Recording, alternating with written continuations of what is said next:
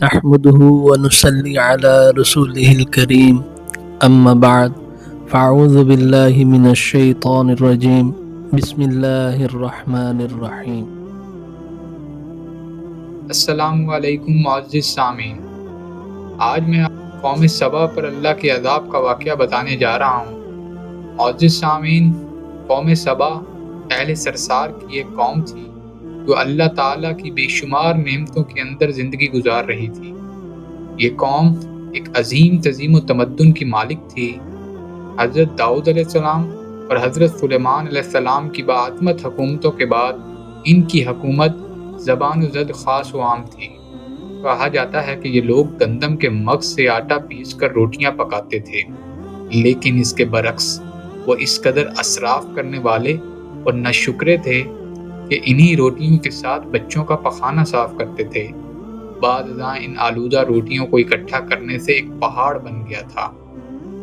کیونکہ اللہ تعالیٰ نے ان کو رزق وافر مقدار میں دیا ہوا تھا، اس لیے ان کو اس رزق کی قدر نہیں تھی اور یہ یوں رزق کی بے حرمتی کرتے تھے۔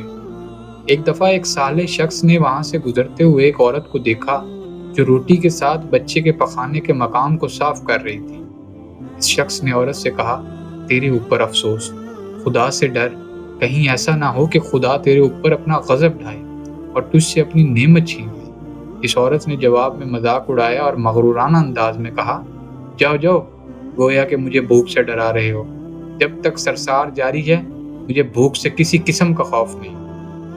کوئی زیادہ عرصہ نہیں گزرا تھا معزز سامعین کہ اللہ تعالیٰ نے ان لوگوں پر اپنا غضب ڈھایا۔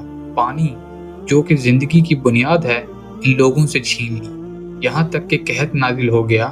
بات یہاں تک پہنچ گئی کہ ان کی ذخیرہ کی ہوئی تمام غذا ختم ہو گئی۔ آخرکار وہ مجبور ہو کر انہی آلودہ روٹیوں پر ٹوٹ پڑے جو ان لوگوں نے اکٹھی کر کے پہاڑ کے مانے ڈھیر لگایا ہوا تھا، بلکہ وہاں سے روٹی لینے کے لیے صف لگتی تھی تاکہ ہر کوئی وہاں سے اپنے حصے کی روٹی لے سکے۔ کفران نعمت، قحط اور ان کی بدحالی کے بارے میں متعدد روایات موجود ہیں۔ سورہ نحل کی آیت نمبر 112 اور 113 میں یوں ارشاد ہوتا ہے، اور اللہ ایک بستی کی مثال بیان فرماتا ہے جو کہ ہر طرح امن چین سے تھی، ہر طرف سے اس کا رزق با فراغت چلا آتا تھا، مگر ان لوگوں نے اللہ کی نعمتوں کی ناشکری کی تو اللہ نے ان کے اعمال کے سبب ان کو بھوک اور خوف کا لباس پہنا کر ناشکری کا مزہ چکھا دیا، اور ان کے پاس انہی میں سے ایک پیغمبر آیا تو انہوں نے اس کو جھٹلایا، سو ان کو عذاب نے آ پکڑا اور وہ ظالم تھے۔ معزز سامعین، اسی قوم سبا کے بارے میں ایک اور واقعہ بیان ہوتا ہے کہ ان لوگوں نے اپنی زراعت کو بہتر طور پر کاشت کرنے کے لیے پانی ذخیرہ کرنے کی خاطر بلکہ دو پہاڑوں کے درمیان ایک بہت بڑا بند جس کا نام معرب رکھا تھا تعمیر کیا ہوا تھا۔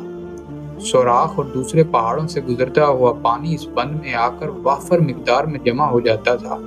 قوم سبا نے اس پانی سے صحیح طور پر استفادہ کرتے ہوئے وسیع و عریض اور بہت سے خوبصورت باغات لگائے اور کھیتی باڑی کو رونق بخشی۔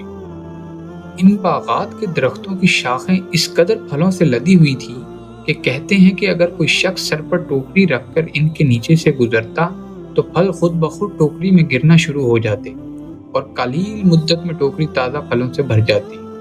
لیکن نعمتوں کی کثرت نے انہیں شکر کرنے کی بجائے سرمست اور غافل کر دیا تھا، یہاں تک کہ ان کے درمیان بہت بڑا طبقاتی نظام وجود میں آ چکا تھا۔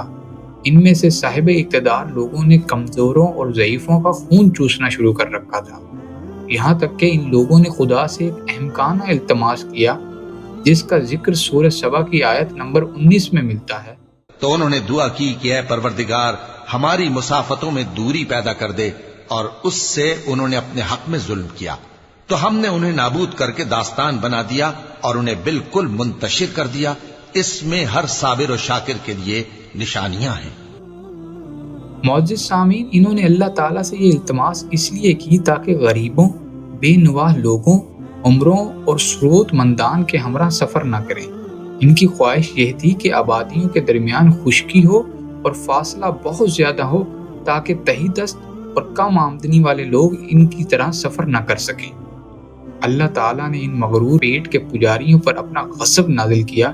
بعض روایتوں کے مطابق ان مغرور لوگوں کی آنکھوں سے دور صحرائی چوہوں نے محارب نامی بند کی دیواروں پر حملہ کر کے انہیں اندر سے کھوکھلا کر دیا۔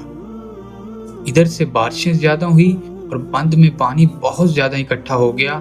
اچانک بند کی دیواریں ٹوٹی، اس سے ایک بہت بڑا سیلاب آیا جس میں تمام دیہات، آبادیاں، مال مویشی، باغات، کھیتیاں، ان کے محل اور گھر پانی میں غرق ہو کر نابود ہو گئے۔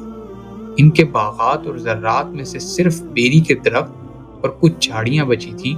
خوش اعلان پرندے وہاں سے کوچ کر گئے تھے، جبکہ الوؤں اور کووں نے قوم سبا کے کھنڈرات میں اپنے گھونسلے بنا رکھے تھے۔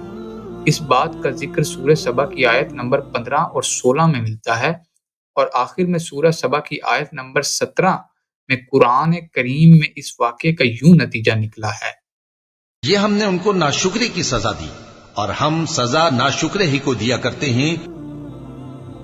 معزز سامعین، امید ہے ہم اس واقعے سے عبرت حاصل کریں اور ہمیشہ اللہ کے شکر گزار بندے بن کر رہیں، کیونکہ اللہ کو ناشکرے لوگ بہت زیادہ سخت ناپسند ہیں۔ اس لیے ہمیں چاہیے کہ اللہ کی دی گئی ہر نعمت کا اللہ سے شکر ادا کریں۔ اللہ بہت مہربان اور بڑا معاف کرنے والا ہے۔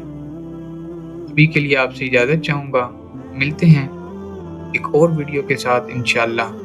تب تک کے لیے اللہ حافظ۔